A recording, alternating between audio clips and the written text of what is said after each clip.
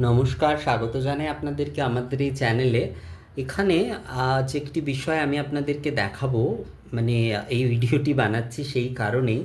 এটি হচ্ছে যে অনেকে আপনারা প্রশ্ন করেন যে দাদা, এই যে ধূপকাঠি এবং যে ধুনুচি, এটির আসলে প্রজ্বলনের আলাদা আলাদা কী কারণ আছে? কারণ দুটোই তো ধূপের বিষয়। দেখুন, এখানে আপনারা দেখতে পাচ্ছেন আমি একটি অগ্নি প্রজ্বলন করেছি। এখানে এই যে ইয়তিটি প্রজ্বলন করা রয়েছে, এই ইয়তিতেই কিন্তু এবার নারকোলের ছোবড়া আদি সহ যে ধুনো সামগ্রী ঘৃত আদি, যে দশাঙ্গ হোক বা এমনি শুধু আপনি ধুনো গোকুল দিলেন, বা ঘৃত ধুনো এইটুকুই দিলেন, এটি কিন্তু এবার এর মধ্যে এক এক করে দিতে হবে। কিন্তু ধূপকাঠি কি বানানো একটি কিন্তু ধূপ, এবং সেটির মধ্যে আমরা অগ্নিসংযোগ করছি এবং সেটির থেকে সুগন্ধিত ধোঁয়া উঠছে। কিন্তু এটি কিন্তু পুরো হোমীয় পদ্ধতিতে হচ্ছে, মানে যজ্ঞ পদ্ধতিতে হচ্ছে। এই জন্য ধুনুচি ধূপকে বলা হচ্ছে যজ্ঞ ধূপ।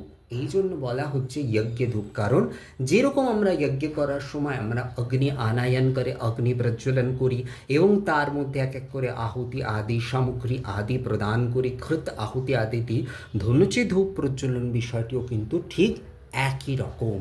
সেখানে আগে এরকমভাবেই ধূপাগ্নি প্রজ্বলন করতে হবে, সেটা ঘৃতবাতি, এখানে ঘৃতবাতি আমি নিয়েছি, ঘৃতবাতি বা কর্পূরের হতে পারে, সেটি দিয়ে তার মধ্যে ছোবড়া আদি দিয়ে সামগ্রী আদি দিয়ে, এটির ইতিমধ্যেই ভিডিও কিন্তু বানানো রয়েছে, আপনারা দেখতে পারেন সেটি।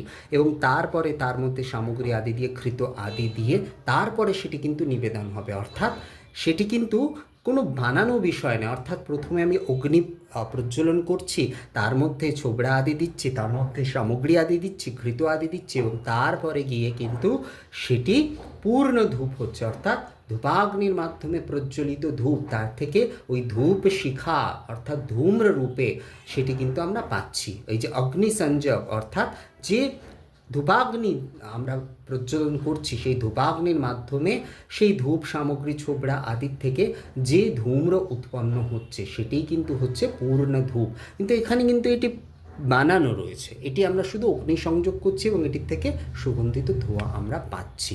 তো এটি অ্যাকচুয়ালি সুগন্ধি স্টিক বলতে পারি, বা সুগন্ধিকরণের জন্য আমরা বলতে পারি, যেরকম আমরা সেন্ট আদি ব্যবহার করি। যেমন চন্দনকে ওই জন্য বলা হয়েছে ঘর্ষণ করে, পূজার চন্দন সবসময় কিন্তু ঘষে, ঘর্ষণ জাতীয় যে চন্দন হবে সেটার থেকে যে সুগন্ধ উঠবে সেইটাই কিন্তু দেবতাকে দিতে বলা হয়েছে। ঠিক এই রকমই কিন্তু ধূপের ক্ষেত্রেও কিন্তু এই ধূপাগ্নি প্রজ্বলন করে তার মধ্যে এই যে ছোবড়া সামগ্রী আদি এই যে সমস্ত কিছু দিয়ে সেইটি যখন তার থেকে যে ধূম্র উঠছে সেইটি হচ্ছে ওই যজ্ঞ ধূম্র। অর্থাৎ সেটি কিন্তু ওই পঞ্চবায়ুর প্রতীকরূপ যে সুগন্ধিত ধূম্র।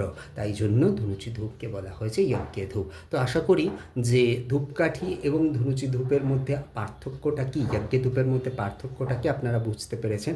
এটি হচ্ছে আমাদের ইনস্ট্যান্ট, অর্থাৎ আমরা এটি প্রজ্বলন করে দিচ্ছি, এটি থেকে সুগন্ধি হচ্ছে, কিন্তু যজ্ঞ পদ্ধতিতে কিন্তু এটি আমাদের ধূপ।